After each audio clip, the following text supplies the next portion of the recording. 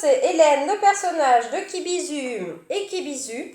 Je voudrais vous parler de mon personnage Hélène et de son conjoint Petra, qu'on pourrait qualifier de pervers narcissique, car il va utiliser au bout d'un moment dans la relation le harcèlement moral. Notamment, il va se poser la question de son attention malveillante, etc. Il va correspondre à toutes les caractéristiques qui sont citées dans les ouvrages sur la perversion narcissique, justement. Mais le nœud de l'histoire, le tournant commence à partir d'un mensonge qui est ici dessiné, où il y a Petra qui dit à Hélène qu'il veut des enfants avec elle, qu'il l'aime, etc. Et Hélène, qui est consciente complètement à 100%, et elle va dire très franchement les choses, va dire oui, mais attention, je ne serai pas une femme au foyer tchèque comme c'est ici à Prague, c'est-à-dire où les femmes, comme je vous avais dit, sont la plupart du temps jusqu'à la maternelle, jusqu'à ce que les enfants soient à la maternelle, il n'y a presque pas de crèche, etc. Femme au foyer, voire elle le reste, quoi. Hélène a des rêves professionnels notamment, et elle veut pas lâcher ça, et elle lui précise bien avant de faire les enfants. Il n'y a pas d'enfant accident, d'accord, c'est bien avant. Et une fois qu'elle va redemander à travailler et qu'on a organisé une babysitter, il va dire ah non, il n'est pas question, maintenant tu restes au foyer. Et bam, bloqué financièrement, bloqué dans une relation, bloqué avec un bébé dans les bras, si on peut dire. Et là, on peut se poser la question de où est est-ce que c'est de la manipulation, est-ce que c'est du mensonge, est-ce que c'est de l'imposture, est-ce que c'est du faux self, etc. Et c'est pour ça que je voudrais parler du faux self et aussi je ne l'ai pas encore terminé, mais pour l'instant, j'en suis déjà bien à plus de la moitié. Très intéressant ouvrage de Roland Gori sur la fabrique des imposteurs, et justement, sur finalement, est-ce que Petra, avant tout, si on peut dire, et là où est ce moment de bascule justement, est-ce que avant tout ce n'est pas quelqu'un qui fait du faux self, ce que certains psychologues vont conseiller en plus. Bon, je me dis mais c'est un délire pas possible, parce que là en fait ce qu'il fait Petra, et d'ailleurs elle va lui poser la question, elle dit mais tu m'as menti, je t'avais prévenu. Ah oui, mais je pensais que quand tu aurais ton enfant dans les bras, tu voudrais plus jamais travailler parce que tu aimerais ton enfant, tu es donc une mauvaise mère. Et bam, ça commence en plus le harcèlement moral par ce thème là. Et il va il va avouer même, oui, j'ai menti. J'ai menti parce que je t'aimais, je voulais des enfants avec toi, et je pensais justement que tu allais changer d'avis. Et donc du coup, là on peut se poser la question justement s'il n'y a pas de la manipulation, mais est-ce qu'il y avait vraiment une intention malveillante ? Je dirais on pourrait aussi voir zéro intention malveillante dans l'histoire, où lui il est vraiment sûr de ses idées, que la maman, quand elle a son bébé dans les bras, hop, elle veut plus jamais faire sa passion dans la vie, et qu'elle veut être que avec son bébé non-stop, et avec des histoires un peu comme ça, traditionnalistes, naturalistes, etc. Parce que ici c'est un pays très athée, mais en fait qui vit complètement sous les principes de tradition familiale de la femme à la maison, avec certaines religions. À la limite de l'intégrisme, je trouve, parfois, justement. Et en fait, ce qu'il fait, c'est ce que Roland Gori décrit dans son livre. Il est juste un imposteur. Il travestit sa réponse pour ne pas choquer la personne en face en lui disant plus tard, ah mais je pensais que tu allais changer d'avis. Et en fait, il n'y a pas forcément d'intention malveillante. C'est horrible, hein, d'ailleurs. Enfin, je trouve ça ignoble. Il n'y a pas forcément d'intention. Alors, on fait comment ? L'unique solution, pour moi, c'est justement ne pas faire ça. Parce que on fait, ah oui, mais moi, je lui ai pas dit la vérité, hein, parce que, premièrement, je l'aimais, je voulais pas qu'elle se barre. Sinon, il avait bien compris, parce que c'est ce qu'il a dit à Hélène. Sinon, je serais pas... Hélène, c'est ce qu'elle a dit, sinon, je serais partie. j'aurais pas fait d'enfant avec lui, enfin, je suis pas masochiste.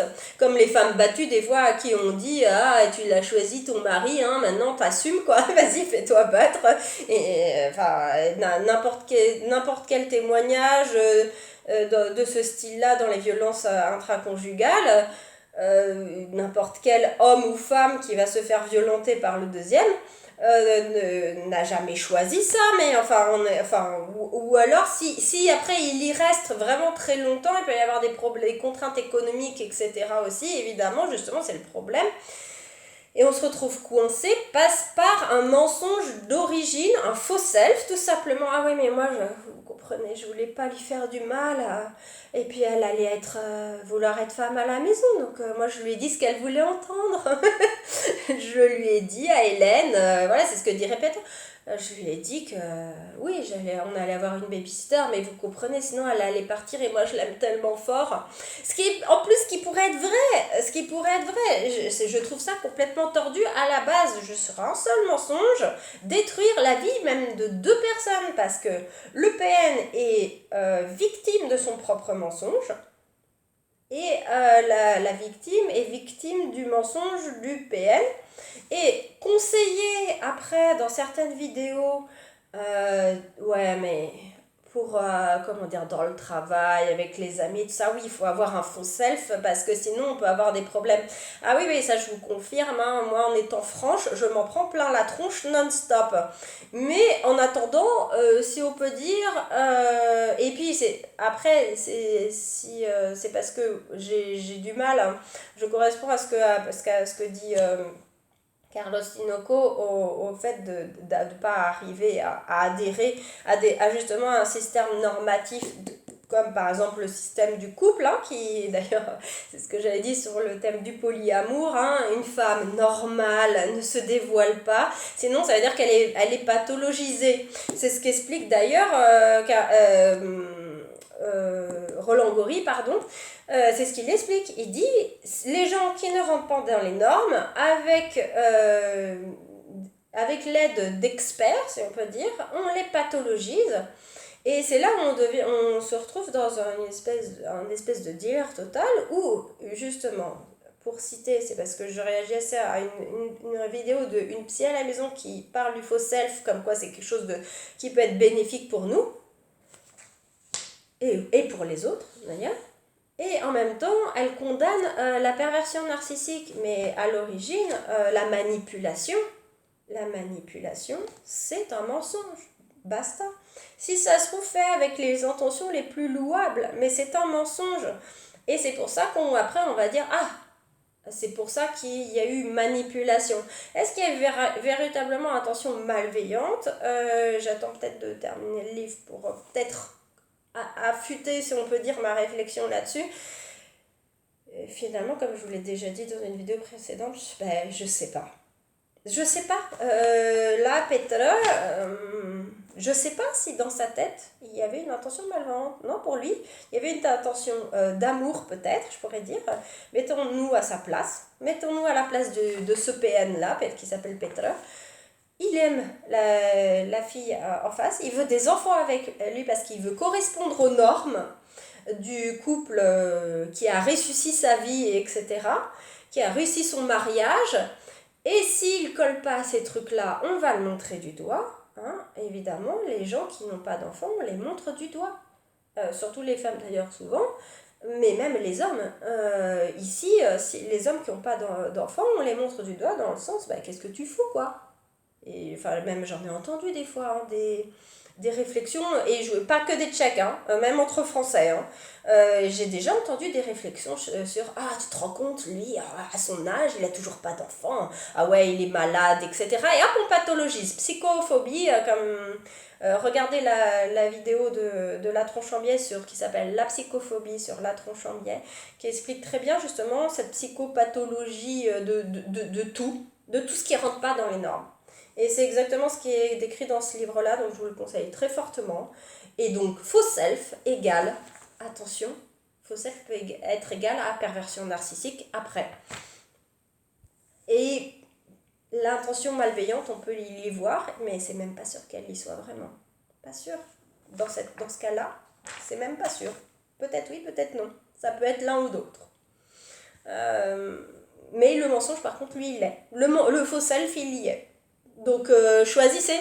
Si vous voulez pas ce genre d'histoire, vous ou pour vos amis ou pour votre entourage, lâchez ces putains de mensonges et ces putains de faux self. Lâchez-les. Désolé. Ne soyez pas un imposteur, ne soyez pas Tartuffe comme il explique. Hein, Tartuffe qui fait croire qu'il est croyant, etc. Dans les normes actuelles de société, c'est pas avec la religion, c'est avec d'autres choses. Mais finalement, c'est toujours le même système. Pauvre Molière. Pauvre Molière qui se retourne dans sa tombe. Bon, voilà. Eh ben, écoutez, enfin, moi je sais pas, mais enfin, je comprends pas une psy qui conseille du faux self et en même temps combat la perversion narcissique, excusez-moi, mais la perversion narcissique est basée sur la manipulation, donc sur le mensonge. Donc si on laisse le mensonge pulluler n'importe comment, on peut se retrouver devenir un pervers narcissique de quelqu'un d'autre. Automatiquement, même peut-être sans l'avoir voulu. Donc voilà, je vous laisse sur cette réflexion, ce que vous en pensez, et à bientôt, au revoir.